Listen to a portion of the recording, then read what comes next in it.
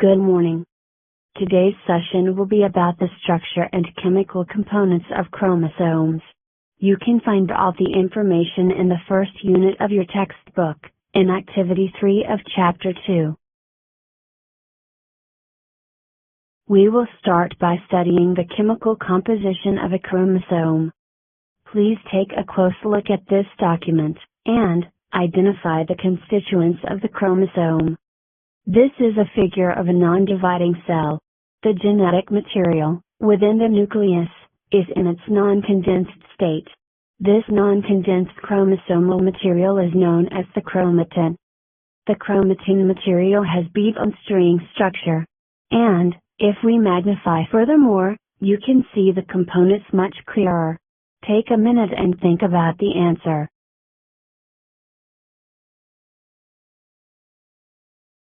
So, based on what we have seen, we can say that the constituents of chromosomes are DNA and histone proteins.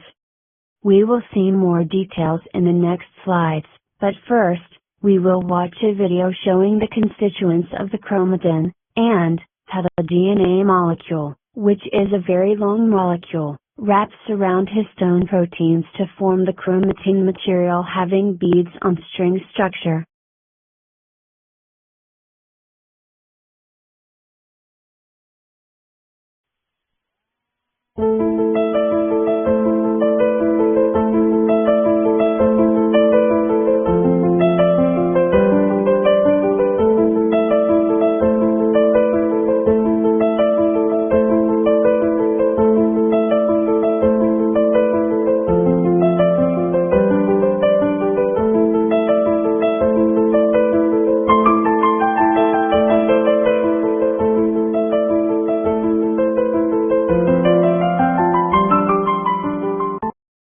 During interphase, the chromosomes are non-condensed, forming the chromatin material.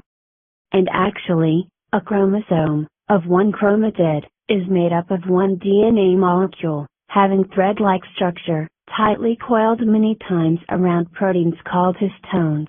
The coiling of the DNA around the histones gives the chromatin fiber a structure similar to beads on string.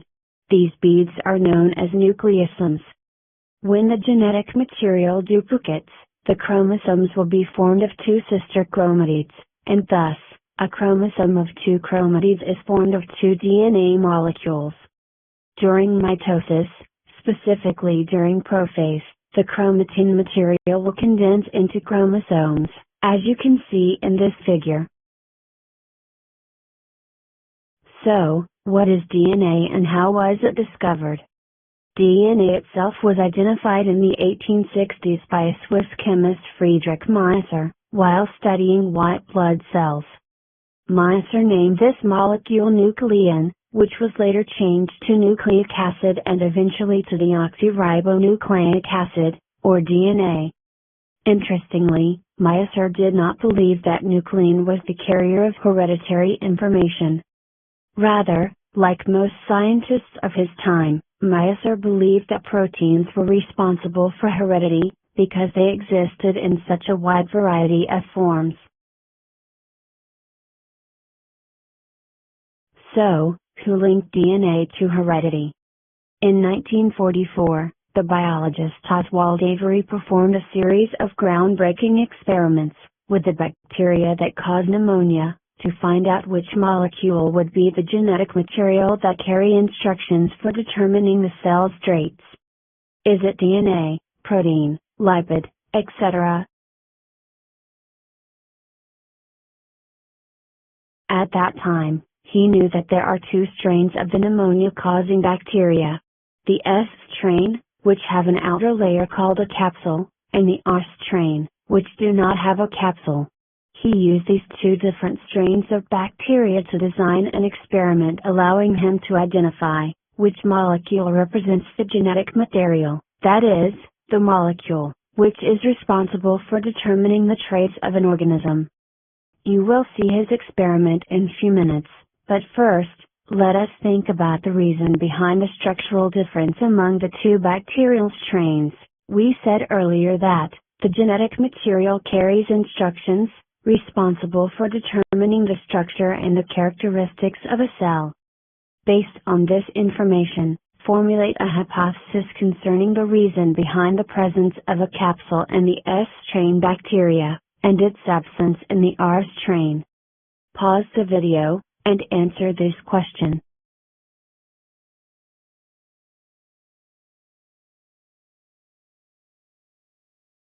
Most probably, only the genetic material of the S strain bacteria carries instructions responsible for the synthesis of a capsule.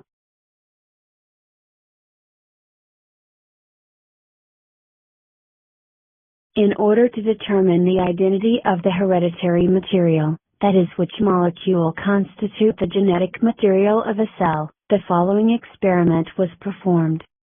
S strain bacteria were heat-killed and lysed, and their extract were fractionated into different classes of molecules: proteins, lipids, carbohydrates, and DNA. These different molecules were transferred to different tubes, and then, R strain bacterial cells were added to the different classes of molecules. He believed that the genetic material has the ability to transform the R strain bacteria into the S strain, because our cell would acquire new instructions for capsule formation from the genetic material of the S strain. So, to identify which molecule carries these instructions, he examined the type of bacteria present in the tube, to detect any transformation. Of course, he only detected the presence of S strain bacteria in the tube containing the DNA, indicating that, in this tube, the R strain bacteria were transformed into S strain, by acquiring a new trait, which is the capsule. And this happened, only in the presence of DNA. What did he conclude? The DNA molecules carried instructions from one cell to another, meaning that, when the R strain bacterial cell took up the DNA molecules, they acquired the instructions for capsule formation. This result indicated that, the DNA is the transforming factor. This makes it the best candidate for the hereditary material.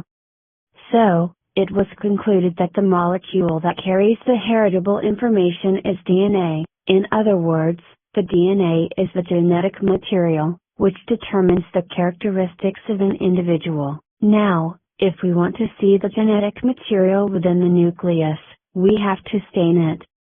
How can we stain the DNA? We can use Fulgen stain.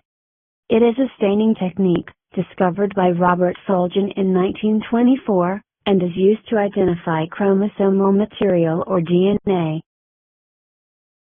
The procedure steps include transferring the cells or tissues onto a microscopic slide, adding HCl and incubating at 60 degrees Celsius, adding Schiff's reagent, a chemical, which will stain the DNA red, and then, observing under the microscope to see the chromosomal material. You can see in this figure, cells during different phases of mitosis. Now, let us study the structure and the composition of the DNA molecule, which is the main constituent of the chromosomes. DNA is a very long molecule. It is considered a polymer, because it is formed of many small molecules, known as nucleotides. Many nucleotides are joined together to form a long strand. DNA is a double-stranded molecule, formed of two strands of nucleotides. It has a helical shape, so we say, it is a double helix, looking like a twisted ladder. For more details, see the next slide. The DNA molecule is formed of two strands. Each strand consists of nucleotides joined by covalent bonds. If we take a look at a nucleotide molecule, you can see that a nucleotide is composed of three main components: deoxyribose sugar, phosphate group, and nitrogenous base. The phosphates and sugars of the different nucleotides of one strand form the phosphate deoxyribose backbone of a DNA, which is also known as the phosphate sugar backbone. The nitrogenous bases of the two opposite strands are joined by hydrogen bonds. And there are 4 different types of nitrogenous bases: guanine, adenine, thymine, cytosine. Actually, it is the sequence of these nitrogenous bases which determines the genetic information carried by the DNA molecule. This is another figure showing the 2 strands of DNA, but, in here, we do not see all the details of this molecule. We can only see the main component of the nucleotides, which is the nitrogenous base. And, if you take a close look, you can see the 4 different types of nucleotides, because there are 4 different nitrogenous bases constituting the DNA molecule, which are adenine, thymine, guanine, cytosine. The nucleotides of opposite strands are said to be complementary, such that a nucleotide having adenine always pairs with a nucleotide having thymine, and a nucleotide having guanine always pairs with a nucleotide having cytosine. Thus, the 2 strands of a DNA molecule are complementary to each other, and by knowing the nucleotide sequence of one strand, we will be able to know the nucleotide sequence of the other strand.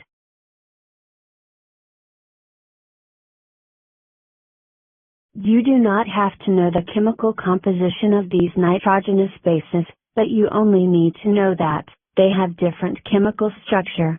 You can see in this figure that cytosine and thymine are similar, so they belong to a class of molecules known as pyrimidines, having one ring structure. Moreover, guanine and adenine are similar, so they belong to a class of molecules known as purines, having 2 ring structure. So, to recapitulate, DNA is a double-stranded molecule having a helical shape. The DNA strands are made up of nucleotides. If we think of the DNA molecule as a twisted ladder, then the backbone of this ladder is made of the sugars in the phosphate groups of the nucleotides. The steps of the ladder are made of nitrogenous bases. Of course, the 2 DNA strands are linked by hydrogen bonds, and the pyrimidines of one strand pairs with the purines of the other strand, such that guanine pairs with cytosine, and adenine pairs with thymine. Thus, the 2 strands of the DNA molecule are complementary to each other. Hope you enjoyed this session, and if you want, you can watch this video that summarizes the DNA structure and composition.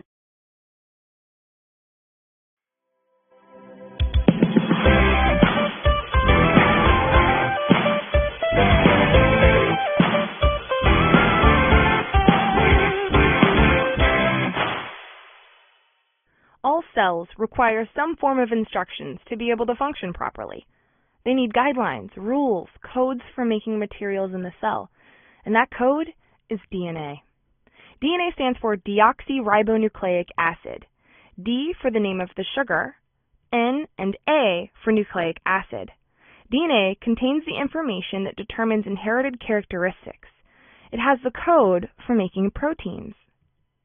DNA is found in the nucleus of eukaryotic cells and in the cytosol of prokaryotes. If we take a closer look at the chromatin inside the nucleus, we can see the structure of the DNA. The DNA has repeating subunits, and those subunits are called monomers, or nucleotides specifically. The nucleotide has 3 main parts: a phosphate group, a sugar, and a nitrogen base. In DNA, the name of the sugar is deoxyribose, which is part of DNA's name, and there are 4 nitrogen bases in DNA. The bases are thymine, adenine, cytosine, and guanine. 2 of the bases are purines, which have a 2-ring structure, and 2 bases are pyrimidines, which have a 1-ring structure. Adenine and guanine are purines. Cytosine and thymine are pyrimidines. I remember the pyrimidines are the bases with a Y in their name, just like pyrimidine has a Y in its name. A purine always pairs with a pyrimidine, and the slanted shape of the DNA molecule causes it to form a spiral or helix. Because DNA is double-stranded, we use the phrase double helix to describe its structure. There are 4 scientists who are credited with discovering the shape of DNA, and they are Watson, Crick, Wilkins, and Franklin. All of them received a Nobel Prize for their work, except for Rosalind Franklin. She died before the prize was given. Each of these scientists played a role in piecing together the structure of DNA. They learned that along the sides of the molecule was a backbone made of alternating sugar and phosphate molecules. On the inside, like the rungs of a ladder, are the nitrogen bases. Adenine and thymine form hydrogen bonds together. Cytosine and guanine form hydrogen bonds together. To help me remember which bases link together, I think of writing the letters. A and T both use straight lines. C and G use curved lines. I also know that A and T have 2 hydrogen bonds, but C and G have 3 hydrogen bonds by saying AT2, CG3. Silly things like this are actually a great memory tool. Strands of DNA are said to be complementary to one another because A will always be with T and C will always be with G, based on the number of hydrogen bonds that they want to make. You can predict the complementary strand if you know the other strand. So let's use all of that knowledge about DNA and see if we can identify the parts of this blank DNA molecule. The easiest to label are the deoxyribose sugars and phosphates. They make up the outside of the molecule. Deoxyribose is a pentagon shape, and the phosphate is just a small molecule in between. Next, we need to remember a rhyme, AT2CG3. So the nucleotides with 2 hydrogen bonds must be A and T, and the ones with 3 are C and G. To tell which one is which, you need to know that pyrimidines have 1 ring and purines have 2. So cytosine and thymine are the pyrimidines, so they're the 1-ring bases. Adenine and guanine are the 2-ringed bases. And now you have a labeled DNA molecule. Thanks for watching this episode of Teacher's Pet. Don't forget to like and subscribe and follow me on Twitter @SciencePet.